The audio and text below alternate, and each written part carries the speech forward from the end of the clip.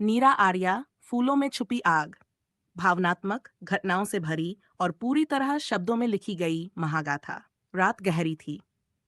Kolar gold fields की सोने की खदानें काले अंधेरे में डूबी थीं। कहीं दूर किसी मजदूर की थकी हुई कराह हवा में कांप रही थी। इन्हीं खदानों के पास एक छोटे से घर में 5 मार्च 1902 को एक बच्ची पैदा हुई, नीरा।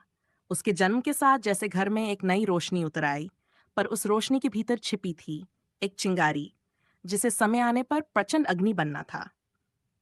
बचपन की वह चुप आग नीरा रोज देखा करती। घावों से भरे मजदूर, भूख से तरपते परिवार और माथे पर अनगिनत अन्याय का बोझ। वह पिता से पूछती, बाबा, ये लोग ऐसे क्यों जीते हैं? पिता धीमे स्वर में कहते, बेटा, ये अंग्रेजों का राज है। उनका हुक्म, उनका जुल्म। नीरा की छोटी मुट्ठियां कस जाती। वह पहली बार समझने लगी थी कि अन्याय सिर्फ देखा नहीं जाता, उसे मिटाया जाता है। युवावस्था, जब आंखों में क्रांति उगाई, समय बीत गया। नीरा जवान हुई।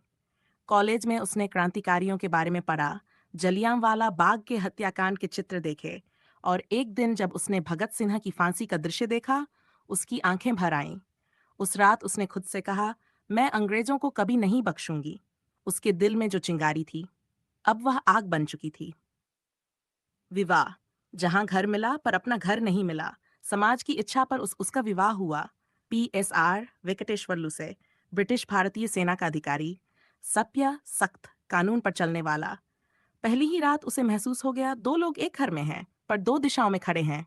एक ब्रिटिश राज का अनुयायी, दूसरी आजादी की सपने देखने वाली।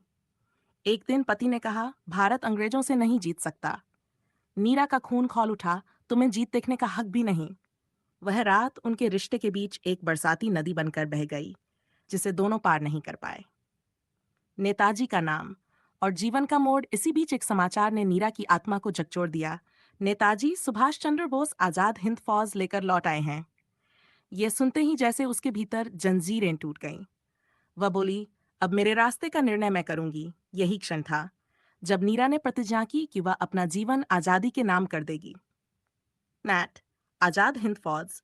एक जासूस का जन्म। जब नीरा ने आजाद हिंद फौज का शिविर ज्वाइन किया, पहले उसे रानी झांसी रेजिमेंट में रखा गया, पर उसके चेहरे की दृढ़ता देखकर अधिकारी बोले, ये लड़की केवल सैनिक नहीं, आग है, ये जासूस बनेगी। और फिर शुरू हुई उसकी कठोर प्रशिक्षण यात्रा। कोड भाषा, नक्शा पढ़ना, बंदूक चलाना, वेश बदलना, दुश्मन की निगाहों में झूठ बोलना उसे मिला। 001 एक नंबर वाला बैज। बैज नंबर 001, जिसे यहाँ शब्दों में दिया गया है।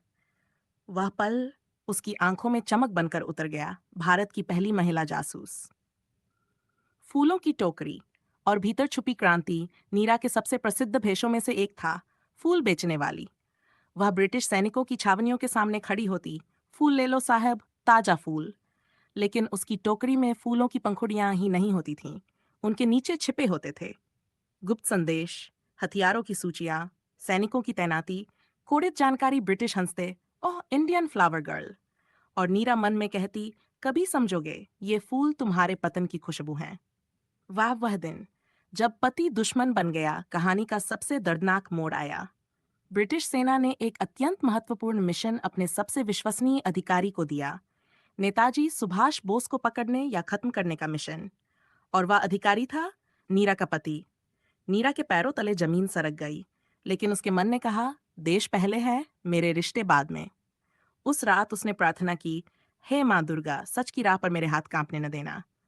हम अंतिम सामना, प्रेम और कर्तव्य की लड़ाई। एक दिन जंगलों में अचानक पति की टुकड़ी नेताजी की ओर बढ़ने लगी।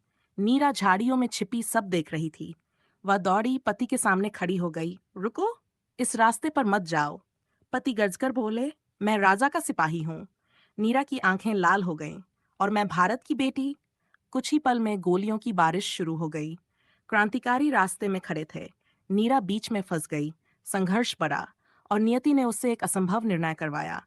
एक फायर, एक चीख, शरीर गिर पड़ा। कहते हैं वह उसका पति था। वह वहीं फूट फूट कर रोई, लेकिन आंसू पोंछकर बोली, मेरा दर्द छोटे राष्ट्र का भविष्य बड़ा है। और वह आगे बढ़ गई। गिरफ्तारी, इंसानियत की हार, नीरा की जीत। ब्रिटिश सेना ने उसे पकड़ लिया। उसकी हथेलियां बांध दी गईं। और फिर शुरू हुआ क्रूर अत्याचार। नाखून उखाड़े गए, कोड़े मारे गए, बर्फीले पानी में डुबोया गया, शरीर पर लोहे की छड़ दागी गई, भूखे रखा गया, लगातार पीटा गया। पूछा जाता, नेताजी कहाँ हैं? और नीरा टूटा हुआ शरीर लेकर भी मुस्कुराती, जहां तुम्हारी पहुंच नहीं। उसकी मुस्कान अंग्रेजों के दिलों में सबसे गहरी चोट बन जाती। देश आजाद हुआ पर नीरा आजाद नहीं हुई। 15 अगस्त 1947 को भारत स्वतंत्र हुआ। सड़कों पर जश्न था, नारे थे, लेकिन एक कोठरी में एक घायल भूखी पर अडिग स्त्री बैठी थी। देश आजाद था, पर नीरा के हिस्से में न सम्मान आया, न पुरस्कार, न कोई पदक। वह शांत होकर बोली, ठीक है, मेरा देश सुरक्षित है, यही काफी है। बूढ़ी फूल वाली, जिसे कोई नहीं जानता था, साल गुजरते गए। दिल्ली के चावड़ी बाजार में एक बूढ़ी औरत फूल बेचती दिखने लगी। उसकी धोती फटी थी, चेहरा झुर्रियों से भरा, पर आंखों में वैसी ही चमक जैसी रानी लक्ष्मीबाई की तलवार में होती है।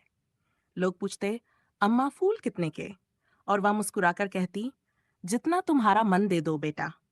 किसी को नहीं पता था, वह बूढ़ी औरत ही भारत की पहली महिला जासूस थी, जिसने अपने देश के लिए अपना प्रेम, अपना यौवन, यहाँ तक कि अपना परिवार तक कुर्बान कर दिया था। रात को वह अपनी मिट्टी की ज्योति पर हाथ रखकर फुसफुसाती, नेताजी, मैंने वादा निभाया। बैंड, अंतिम सांस और अमर हो जाना। 1998 की एक ठंडी सुबह नीरा की सांसें धीमी हो गई। वह आसमान की ओर देखकर बोली, भारत, अब तू सुरक्षित है। और धीरे से उसने आंखें बंद कर लीं। एक बेहद शांत, बेहद साधारण पल में एक असाधारण नायिका इस दुनिया से चली गई, बिना शोर के, बिना तिरंगे के, बिना भीड़ के, लेकिन एक अमर कहानी छोड़कर। समापन। एक अनसुनी मगर अमर नायिका नीरा आर्या का जीवन इतिहास का अध्याय